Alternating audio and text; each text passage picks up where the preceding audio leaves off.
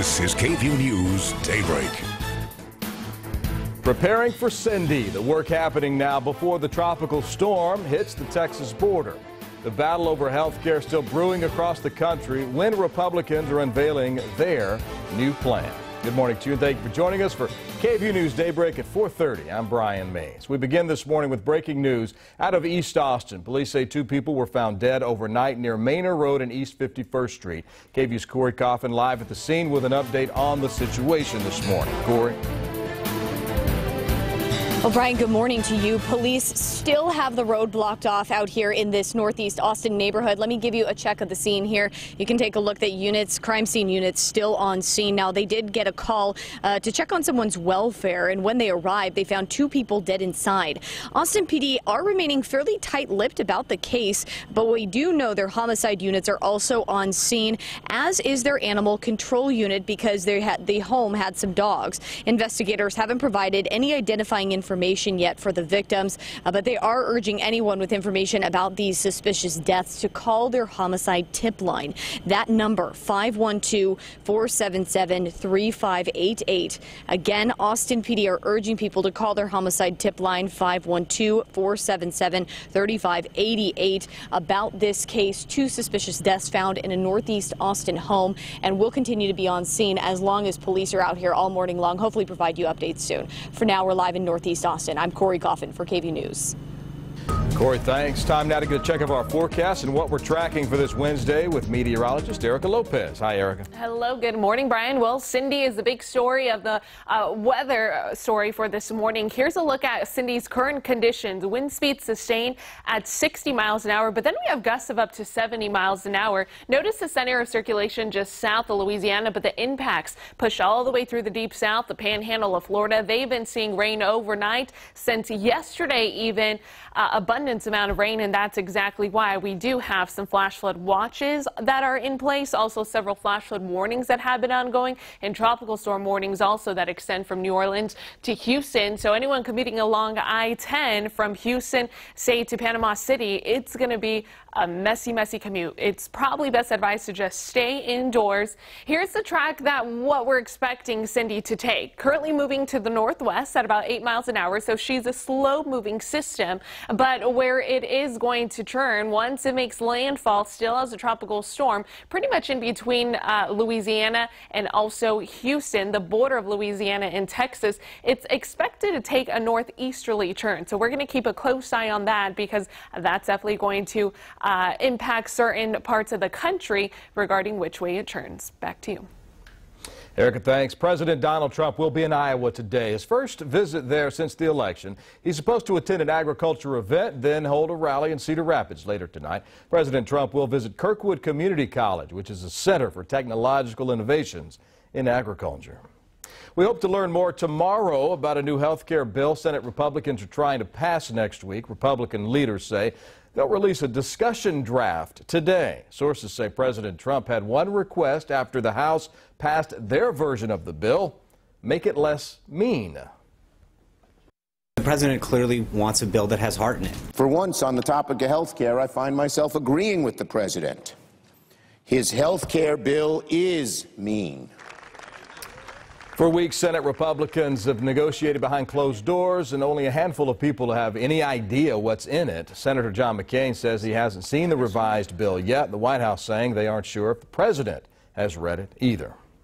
Autopsy results expected today for 22-year-old American student. The American student who was imprisoned in North Korea for the last year, Otto Warmbier, died Monday after coming home in a coma from North Korea last week. Doctors say they saw no evidence of physical beatings or botulism, which North Korean officials claim Otto had contracted after taking a sleeping pill. He was sentenced to 15 years hard labor for allegedly trying to steal a propaganda poster in North Korea. Family members have made plans for his funeral. That's later this week. The Trump administration considering banning all Americans from traveling to North Korea. When hearing stories like that of Otto Warmbier, many wonder why even risk traveling to a country like that. KVUE's Christy Millward spoke with one Austinite who's been to North Korea. Grace Fletcher loves to travel. She even spent a few years teaching in China. The last year I was there, my friend said, hey, they're running a race in North Korea. Would you like to go? I'm like, Okay, yeah. A rare chance to see the mysterious country. I was like, when else am I going to have this opportunity to travel to North Korea? But before the trip even started, she says they got a list of warnings. Do not talk about North Korea in any disrespectful manner. Make sure that you're not bringing up any politics. Just go and observe. Really be there as a tourist. Fletcher made sure to follow all the rules. Even though you have a hotel room to go back to, you still kind of are a little hesitant to actually speak openly because you really do not know who is listening. She says they ran along city streets and into a stadium lined with North Koreans. It was 5 days of positive words about the country. It's a lot of your tour guide speaking very positively about Kim Jong-un and Kim Jong-il and how strong and confident, the soldiers are and how great it is to be here and to be part of a beautiful country as North Korea. For most of the trip, Fletcher says they weren't allowed to take photos until they got to the U.S. ship captured during the Korean War. It was scary to see how much of satisfaction and how they're beaming over this fact of these are your soldiers' garments. We took over that ship. Despite those fears, she thinks a travel ban will only encourage people to find a way to see it for themselves. I feel that if people want to visit, they're going to visit. A visit she's thankful she got to take and come home from safely. Great story. Christy Millward reporting. 4:36 now is your time. And San Marcos police are investigating the second murder of the year in that city. They say Monday night, 28-year-old Ryan Kincaid was shot and then run over. Witnesses told police they saw Kincaid and another person in the parking lot of a laundromat on Aquarina Springs Drive. They say the person shot Kincaid in the chest and then stole his car, ran him over as the man was driving out of the parking lot. Investigators are questioning two people they do have in custody. Austin police are asking for help finding two men who are accused of the assaulting, robbing, and kidnapping of a group of women visiting Austin. Officials say it started late Friday when the 5 women staying off a motel or at a motel off I-35 left their room to pick up drugs from a man they met at a gas station days earlier. The women went to an apartment complex where 2 of them were allegedly zip-tied and sexually assaulted. Police did not provide details about the attacks on the other 3 women in the group. One of the suspects then told one of the women to drive them back to their motel where she broke away and called 911. Interim Police Chief Brian Manley is calling the women survivors. They got through that encounter and they had the wherewithal to get in touch with the police and to give us enough information and detailed information to allow us to be in the position that we're in today. 20-year-old Emmanuel Greer, who met the women at the gas station, is still on the run. 19-year-old Christopher Jaramillo and 23-year-old Dimitri Rogers have both been arrested. The 4th suspect described as a short Hispanic man. If you have any information, you're asked to call 911. Now, the apartment complex where the assaults happened has sent out a warning to residents. Someone living there also told KVUE the complex sent out a safety addendum they're asking all residents to sign. The Lake Travis School Board has approved a $253 million bond for November's election. The money would go towards building new schools, upgrading old ones, and installing seat belts on school buses. Of course, that bill passed in the Texas legislature this year. The bond will not increase property tax rates.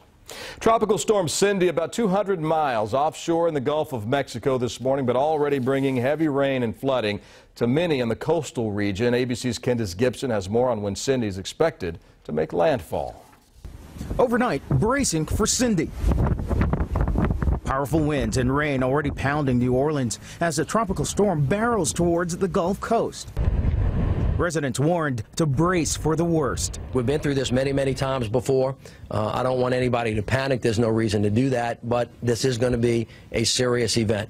Rain and flash flooding are the biggest concerns, even being called life-threatening, according to ABC's Rob Marciano. Look at the amount of rain. Could see a foot or more in New Orleans, Gulfport to Mobile. That is high risk for flash flooding over the next 2 days. It's blowing bad out here. Off the coast, oil companies getting workers off their rigs.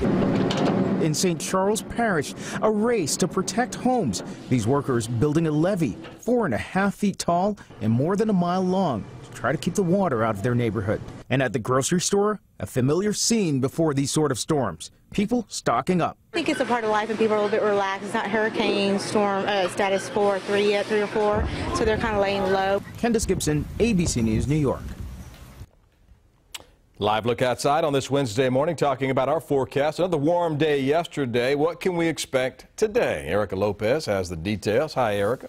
Hello, good morning. Yeah, that's right. A toasty day in store for us. We'll get a little bit of a cool down thanks to Tropical Storm Cindy. Here's the latest location of where Cindy currently is. South of Louisiana, impacts widespread for the south with tropical storm warnings and flash flood watches in place. Even a tornado watch with one tornado warning currently just north and west of Panama City. So how is this going to impact us? Well, the track of the storm, the center of circulation, and also the cone of uncertainty, meaning give or take the location, it could potentially make landfall between Louisiana and Texas, right on the border. So that's going to bring some major impacts for areas such as Houston, where they currently are under a tropical storm warning. Also Lake Charles, I-10, a messy commute. How's it going to impact Austin, though? Here's what we're tracking. Late tonight, getting closer to making landfall, possibly by Thursday morning. And that's where we could see the outer bands of this system bring in some light showers. Notice we're on the western side of the system, so it's on the